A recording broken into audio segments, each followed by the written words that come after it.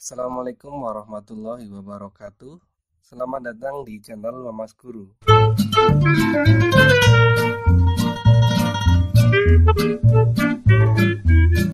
Pada video kali ini saya akan menjelaskan mengenai dua vektor yang berhimpit atau sejajar.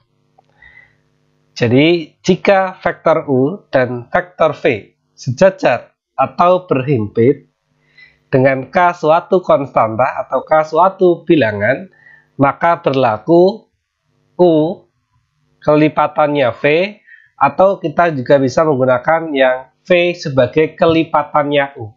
Tentu K di sini dengan K yang di sini umumnya berbeda ya, hanya sama kalau K-nya satu ya. Selain itu tentu K yang ini dengan yang ini beda.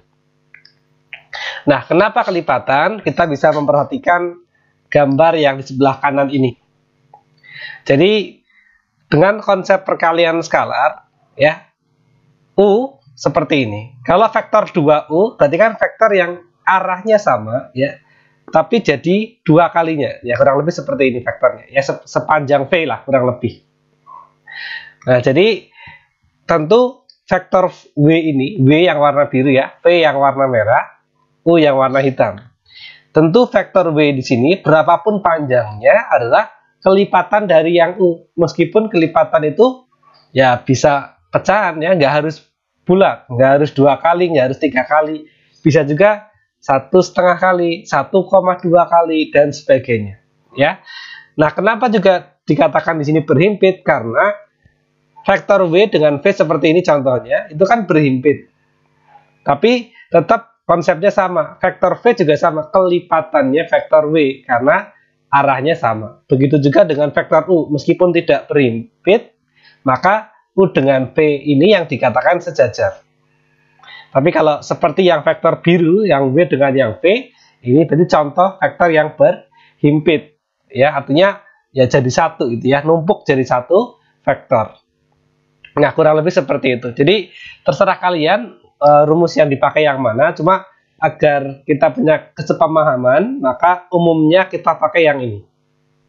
Ya, vektor pertama yang kelipatan dari vektor kedua, itu boleh. Ya, sekali lagi bisa yang ini, bisa yang ini ya, tergantung bentuk soalnya. Kita bisa milih pakai yang U kelipatannya V atau V kelipatan U. Oke, sekarang kita perhatikan contoh soal yang pertama. Di sini komponen-komponen yang U 3, X, dan min 2. Sedangkan yang V itu 6, min 2, dan 4. Jadi kita perhatikan yang komponen tidak ada hurufnya. Kalau yang depan, ini yang U nggak ada hurufnya, tapi yang V ada hurufnya. Berarti jangan kita bandingkan yang depan. Yang tengah, ini yang U ada hurufnya, berarti jangan kita bandingkan. Sedangkan untuk komponen yang ketiga atau terakhir, yang U itu berupa bilangan, yang V juga berupa bilangan. Berarti ini yang kita gunakan sebagai pedoman. Secara umum kalau kita melihat ini, tentu yang V ini komponennya lebih besar. Karena ini 4, yang U min 2. Berarti agar K-nya tidak pecahan, kita gunakanlah rumus yang V sama dengan kelipatan dari U. Ya, karena kalau kita milih yang U kelipatan dari V, ya nanti K-nya pecahan. Ya, itu nggak masalah, hanya saja lebih enak saja kalau K-nya tidak pecahan. Sekarang kita tentukan, ya, karena di sini sejajar, ada kata-kata sejajar, berarti yang V kelipatannya U. Sekarang kita tentukan V-nya. V-nya 6Y, min 2, dan 4. Kelipatan dari 3X dan min 2. Nah, seperti ini ya.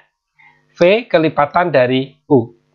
Tentu nilai K akan kita peroleh dari unsur yang tidak ada hurufnya. Berarti dari unsur yang paling bawah ini. Nah, ini ya.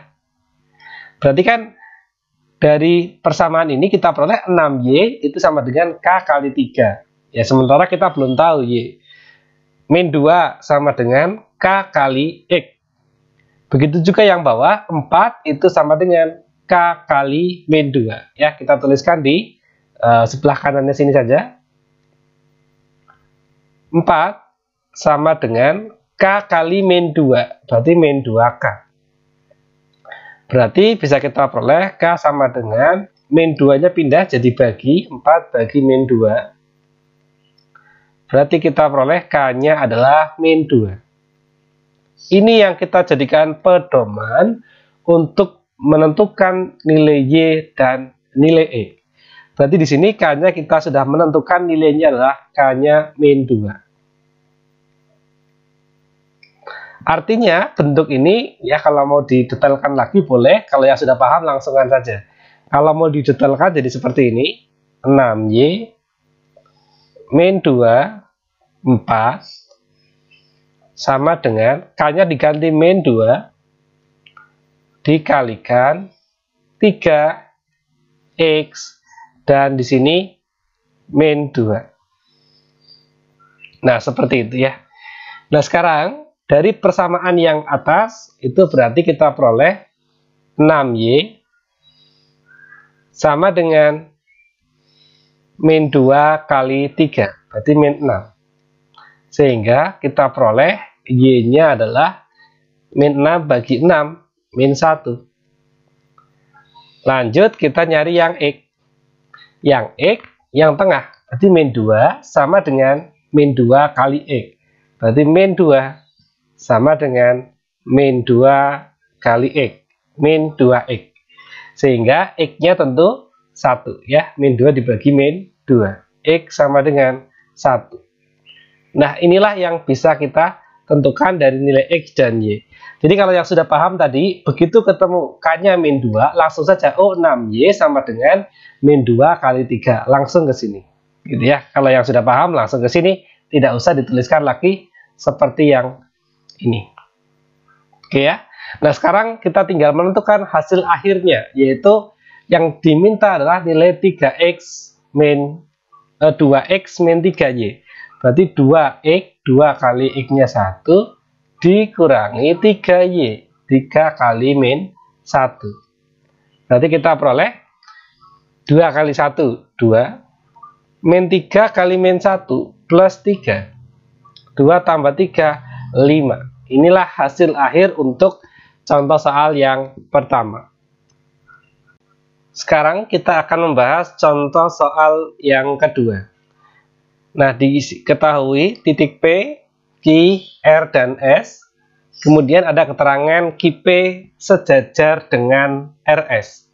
Jadi kalau QP sejajar dengan RS bisa menggunakan QP kelipatan RS atau juga bisa sebaliknya RS yang kelipatan QP. Sekarang kita akan mencari dulu vektor QP dan juga vektor RS ya, agar nanti kita bisa menentukan rumus mana yang mau kita gunakan. QP berarti dengan rumus vektor posisi ujung dikurangi pangkal. P dikurangi Q berarti P-nya adalah vektor 3, 2, min 1 dikurangi yang Q yaitu vektor B, 5, min 2. Kita hitung yang di atas 3 min B ya, tidak bisa kita sederhanakan, ya sudah, tetap 3 min B. Kemudian 2 dikurangi 5, berarti kita peroleh min 3. Min 1 dikurangi min 2, berarti sama dengan 1. Kemudian di sini juga ada RS, berarti kita bisa mencarinya. RS sama dengan ujung S dikurangi pangkal R.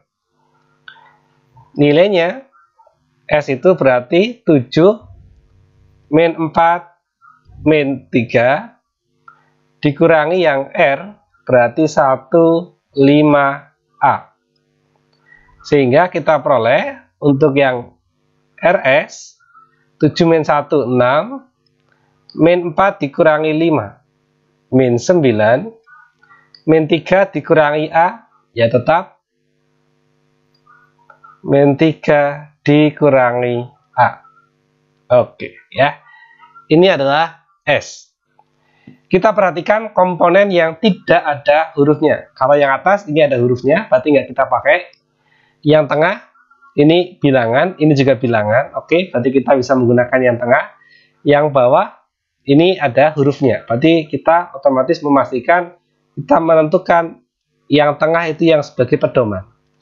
Yang tengah untuk yang GP min 3, sedangkan yang RS adalah min 9. Tentu yang lebih besar adalah yang min 9, sehingga haruslah RS yang kelipatan dari GP, ya, yang lebih besar kelipatan yang lebih kecil. Berarti kita menggunakan rumus RS sama dengan kelipatan dari GP.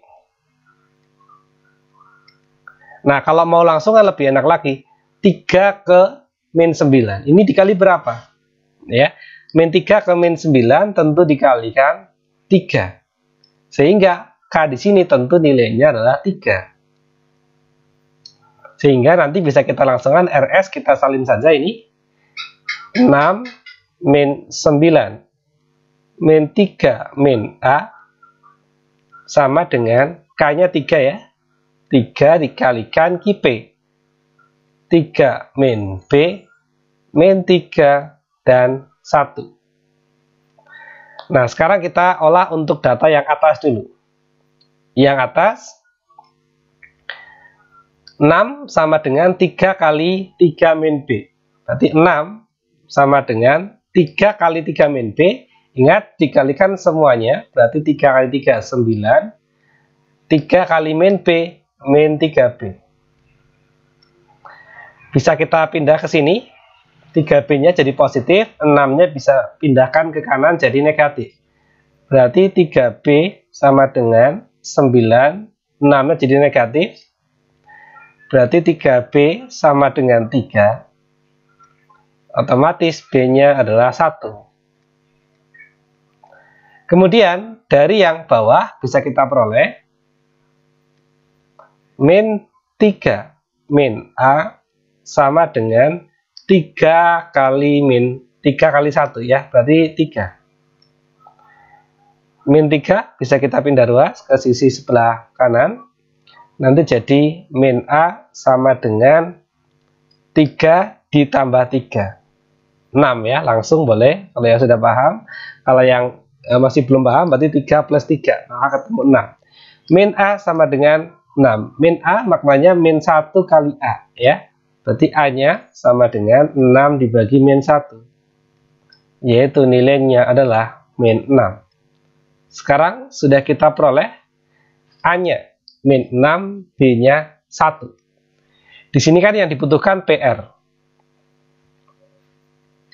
PR berarti ujung kurangi pangkal R dikurangi B. Yang R ini ada unsur A. A-nya sudah kita ketemukan min 6, berarti langsung diganti min 6. Yang P sudah tidak ada huruf, ya nggak masalah, langsung ya. Berarti PR sama dengan R min P sama dengan R-nya 15A, A-nya min 6, dikurangi yang P 3, 2, min 1. Hasil akhir berarti kita peroleh 1 kurangi 3 min 2, 5 kurangi 2, 3, min 1 min 6 dikurangi min 1, berarti min 5. Inilah hasil akhir dari jawaban untuk soal yang kedua. Jadi secara umum untuk soal yang berkaitan dengan vektor sejajar atau berhimpit, itu selalu mencari variabel yang belum diketahui, ya, dengan konsep U sama dengan kelipatannya V atau V kelipatan dari U. Nah, seperti itulah penjelasan mengenai materi dua vektor yang sejajar atau berhimpit. Selanjutnya ini sudah saya siapkan latihan soal untuk menguji seberapa paham kalian dengan materi yang sudah tadi saya jelaskan. Bila masih mengalami kesulitan, silahkan bisa diulang kembali. Barangkali tadi ada kata-kata saya yang kurang jelas atau kalian yang kurang fokus gitu ya. Jadi silahkan dipahami kembali. Namun jika masih juga menemui kesulitan, bisa ditanyakan di kolom komentar. Sekian dulu pembahasan kita pada kesempatan kali ini. Bila ada kesalahan, saya mohon maaf. Assalamualaikum warahmatullahi wabarakatuh.